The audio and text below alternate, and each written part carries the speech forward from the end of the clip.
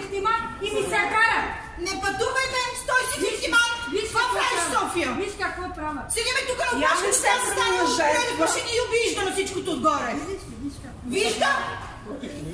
Циганска работа и на жертва се прави. Ами на опашка ще стана, ще да чакам, тя ще стане. Ги бувам с ядето и се ставам с сина.